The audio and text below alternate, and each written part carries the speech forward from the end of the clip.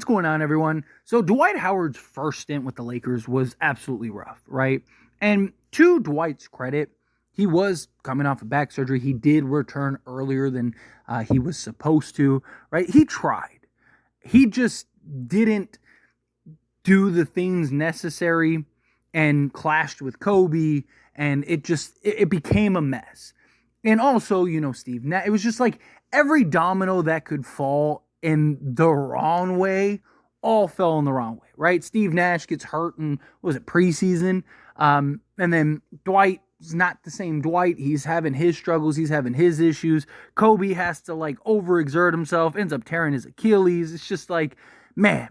But you look at that roster and it was just like Steve Nash, Kobe Bryant, Metta World Peace, Pau Gasol, Dwight Howard. It was like that was a team that should have won a championship.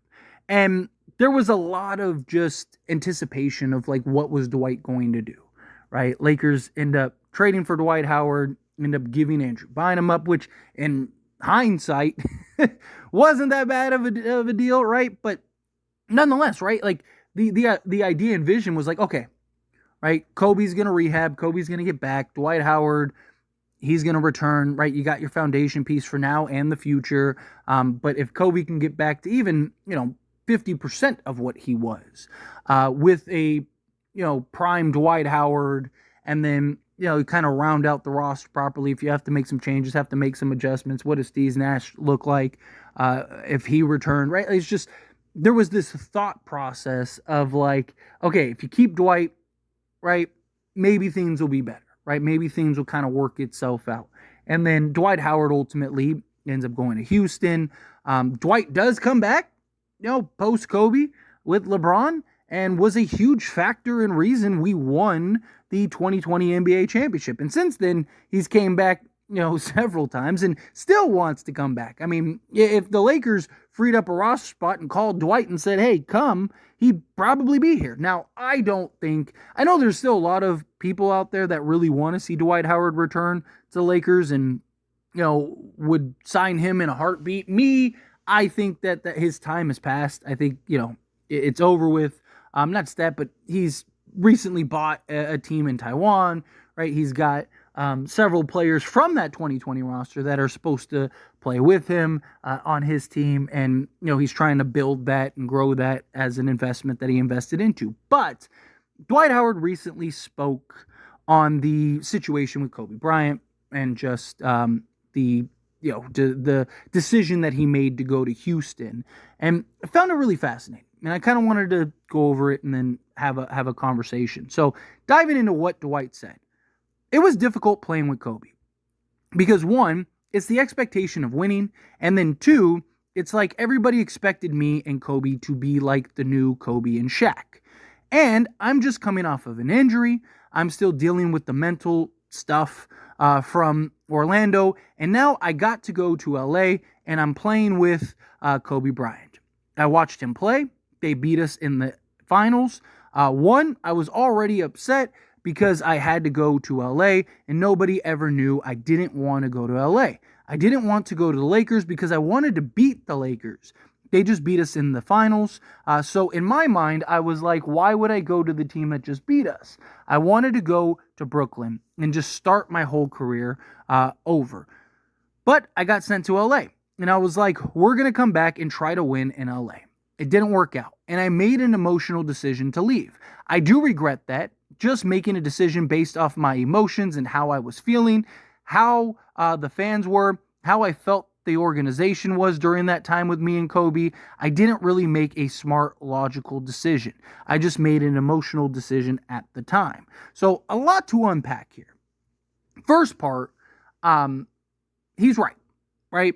In the sense of the expectations of him, the new Kobe and Shaq, right? Part of that is Dwight Howard's problem, right? Like part of that is Dwight Howard's own doing, him taking on the moniker of Superman and, him and Shaq and their little rivalry and all that stuff. And, him going to the Lakers in his prime alongside Kobe Bryant, there was this expectation that the two of them were supposed to win multiple NBA championships, that they were supposed to be the new, Shaq and Kobe. Obviously, Dwight Howard isn't Shaq, but they were supposed to be that kind of big man, little man, type dynamic duo that was supposed to take over the league. Right? And Dwight is right. The Lakers just beat them, right? So he's kind of like, do I really want to go to the team that just beat me? I'm sure that there was some level of, insult to injury almost, right? Like now I'm on the team that I just have built this hatred towards because they deprived me of an NBA championship. So I'm sure that Dwight did feel a type of way about going to LA, but then he's in LA. Right? And again, I don't think Dwight Howard definitely has some accountability in that whole first stint with the Lakers. But I don't think it's all on his shoulders, right? And look, Kobe, we all love Kobe. I love Kobe. Right? I grew up a Kobe kid, right? But he's not the easiest. He's not the guy that's looked at as like, oh, playing alongside him is fun.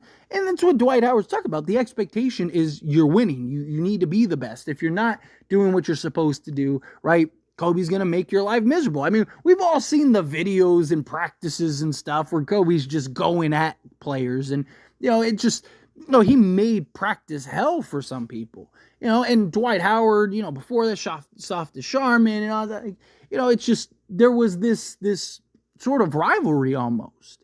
And it also felt like that even on the Lakers, right? When he was on the Lakers with Kobe. But Dwight Howard is right. It was an emotional decision.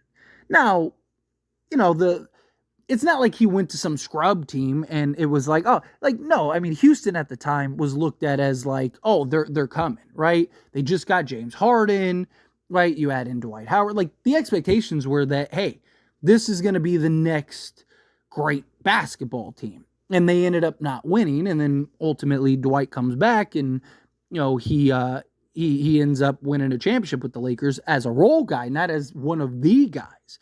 But those years, it makes you wonder and question, what would the outcome have been if Dwight had stayed? Right? Like, if Dwight stays, do the Lakers actually win a championship? One, right? Because Kobe was never really the same coming back, and the thing is that, like, Dwight, he kind of wasn't ever really the same. Right? He was never really that dominant Orlando Dwight. Don't get me wrong, he was still very good in Houston, but he wasn't what we saw, like, where he was just far and away, wasn't even close, the best big man. The dude was just an absolute monster, could carry a team by himself, type of Dwight Howard. And also, like, would Kobe and Dwight's relationship, would it have ever worked? Right? Because they're both really polar opposites. Right? Like, Dwight Howard is kind of goofy and, likes to make jokes and kind of, he looks at it as fun and stuff. Where Kobe looked at this as like, no, this is life or death. Right? This is everything. This isn't no sunshines and rainbows and all. No, this is like, let's go. Where LeBron, it worked with LeBron because LeBron is, yes, he's serious. Yes, he wants to win. Yes, he's manic about it. Yes, he has that insane desire, but he also is very lighthearted. He is very, like, you hear every teammate talk about how silly he is and how goofy he can be at times. And, he's not that, like, just cutthroat, but that's the thing that we love about Kobe, that Mamba mentality, that just ruthlessness. Right? But it doesn't work for everybody, right? Not everybody, like Powell, it worked, right? Like Kobe and Powell had that insane dynamic, but even Powell talked about how it was like an adjustment. It was like, man, like he's just so intense, right? Like it took getting used to, but he embraced it. He was willing to accept it and take the punches and because he knew Kobe was trying to make him the best version of Powell that he could be, right? And you look at guys like Lamar and stuff. Like, there's a lot of players that have came out and talked about, Kobe and it worked for them. But again, not everybody's like that. And Dwight, I don't think, is one of those people. Like, I don't think Dwight ever really had that guy that was in his behind constantly. I don't think he ever had that guy that just, because he was the guy, right? Coming right out of high school, right? Like, he was looked at as the franchise guy. Like, nobody talked to him a certain way. Nobody got into it. Like, even, Stan Van Gundy is just very passive. It's just, and then he goes to Kobe and it's just like a culture shock almost. So I do wonder, like, would they have ever won? Would it have ever worked out, right? Because you got to think, Steve Nash was never able to get back to where he was. Kobe was not the Kobe pre-Achilles, right? Like, you also don't get all the picks to eventually, and players and stuff to eventually get Anthony Davis, so you still get Anthony Davis. I do think LeBron still comes, right? And you have LeBron and Dwight, but also at that point, Dwight probably wouldn't be the Dwight that he would have been with Kobe, right? Like, so it's just the domino effect, right? Everything kind of worked out in the end for the Lakers, right? But there was that expectation. There was this thought process of, Dwight Howard running away from it rather than taking the challenge. And I mean, he even said, I reacted in an emotional way. I reacted in an emotional manner. And I shouldn't have done that. I should have been more, I should have thought it through a little better. And, again, it's not for everybody. Not everybody can be, that sidekick to Kobe. I mean, even Kobe and Shaq had their very public, very serious spats, right? Like, again, it's just it's a different dynamic. But it is something that I saw and I was like, you know what? Like, let's talk about this, right? Because I do think it is a very interesting talking point. But anyway, as always, this is a discussion. Pass a question on you. Let me know your thoughts and opinions down in the comments below. What do you think? Do you think Dwight should have stayed and never left in that first stint? Obviously, he's come around since then. He still would be a Laker to this day if he had his way. He's still he's still obsessed and loves the Lakers, right? Like, he went from despising them to having this real fondness for them. And almost borderline obsession in a lot of ways. But are you in?